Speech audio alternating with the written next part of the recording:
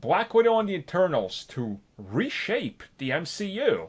Um, Feige's words, not ours. yeah, Feige's words, literally straight from him. So, okay, I can understand Eternals to a big degree because it's like, yeah, okay, that makes sense. Black Widow, the way they keep talking about it, if it's not a setup for Thunderbolts, I don't know what is at this point, you know? Like, No, it's a weird one. It's like, what exactly can you do with that that can change hmm a lot? Like, unless he's kind of talking like on a smaller scale, not obviously the same as Eternals, but I feel like if it is going to be Thunderbolts, there's the Thunderbolts are set up there, and because of everything else going on, they kind of go on the hush hush, and then they come back. So whatever movie is actually the one that is after Endgame, that's when they'll come in and already be established thanks to Black Widow's movie. And then that's also how you get Natasha's sister to be the new Black Widow because she's the only one that they'll know had any dealings with these people prior. And it's going to be Hawkeye who actually brings her into the team.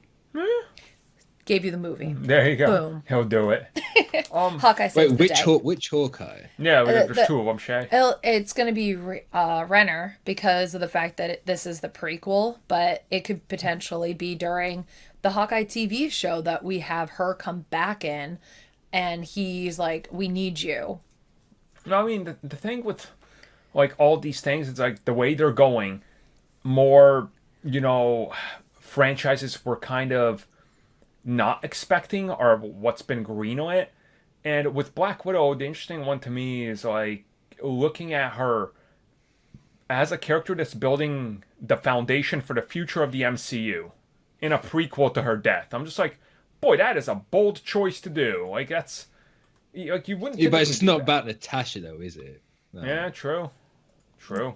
it's Like more Yelena. Yeah, I think it's going to be Yelena who is the big star of this movie, and she's going to be the one who becomes the new Black Widow.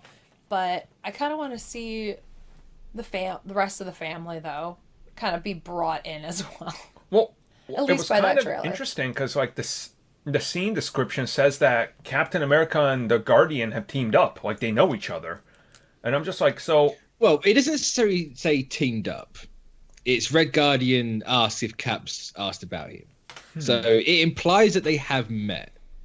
But at the same time, it doesn't necessarily have to be that they know each other. yeah, It's a weird, like, grey area, but... right. I'm assuming they'll mention it more when the actual movie comes out and the scene plays out.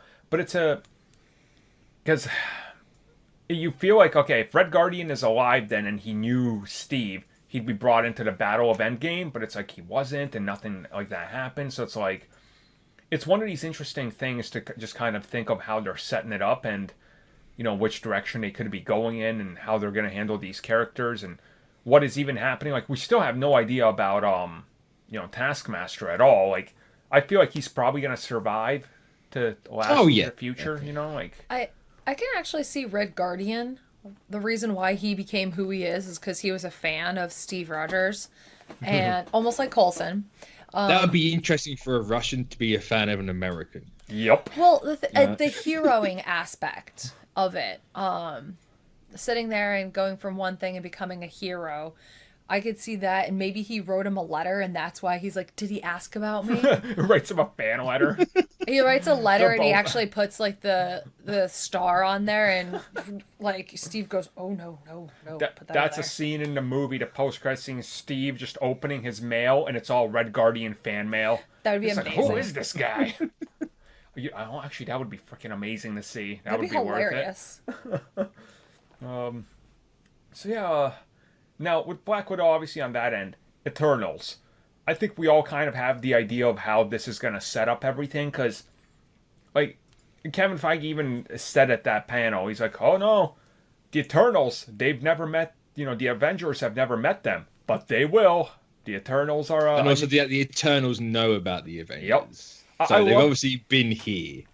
I love the idea that the Eternals are like, what's happening on Earth? Loki and Thanos are invading. All right. They just don't bother. That's cool. Like, can that set picture of Cersei just be from the Battle in New York? She's just like, Yeah, like, who cares? Like, it's just nothing. walks away. She's like, they can do this by themselves. It's like, I'll intervene if I need to, but I don't think I do. Thanos If they is ready. start losing, then maybe.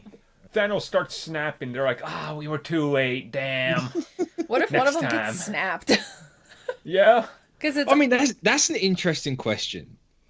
Is this like when you get dusted, do you die? Like, are you dead? well, the thing is like all of those people came back. So did they come back from the dead, or No, we're did they come back just into existence? Like, there's a difference between being dead and not existing. Is this like the Star Trek teleporter? It's like you don't actually teleport; they destroy you and reassemble you, so it's not you anymore. Because then, like, if they die, like, say an Eternal die, you know, the 50-50 chance one was going to die in the events anyway. So would they just come back? Because that's kind of their entire thing. Is Right. they have the regen pods. So Yeah. what Oh, happened so then? then possibly have two of them? Hmm? But because it was a snap, they actually can't even go into the Here's how regen they'll pod? do it. We're gonna overthink this, and they're gonna be like, Yeah. Kevin Feige's Yep, gonna yep. drop like 2 lines in there. He's like, that was easy, just like the blip. We're like, how are they gonna explain this? 3-minute high school video, perfect. The The best pods way. are blip proof. That's what it is. That's true. Yep. They'll actually do that during the construction. They'll show us them putting the pods together. They're like, are these blip proof? What is that? Yes, they are. Okay. And there's your dialogue. No, they're inside in their dust form, and that's it. It Just can't Just regenerate. floating around. Yep. Help! I can't come back because it won't let me. So, with that one, you know, also with Eternals having Black Knight, I think the assumption is Black Knight is going to be more modern day, right? Like those scenes are Yeah, probably going to be yeah, more modern yeah. day, so that would Yeah. make sense.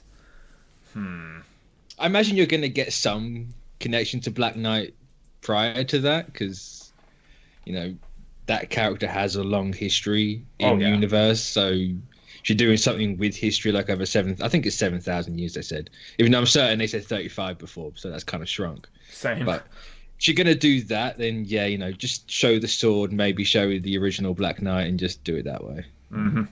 Yeah, I mean that would work. So that's it for that topic, guys. Let us know how you feel and what direction you think they'll. So thank you for taking the time to watch that video. If you guys would like more content that we offer here for channel members, which you guys can check out in the little join button down below, we do offer additional content such as exclusive podcasts and topic discussions, our gaming podcast, Star Wars TV series reviews, Marvel show reviews, DC Universe and CW reviews. We offer personal vlogs, backlog reviews of TV shows and movies, video game topics and Q&As, and of course, in one of our best tiers, we offer audio commentaries on TV shows and movies, along with a bunch of other stuff you guys can check out just by clicking that join button and seeing what is on offer.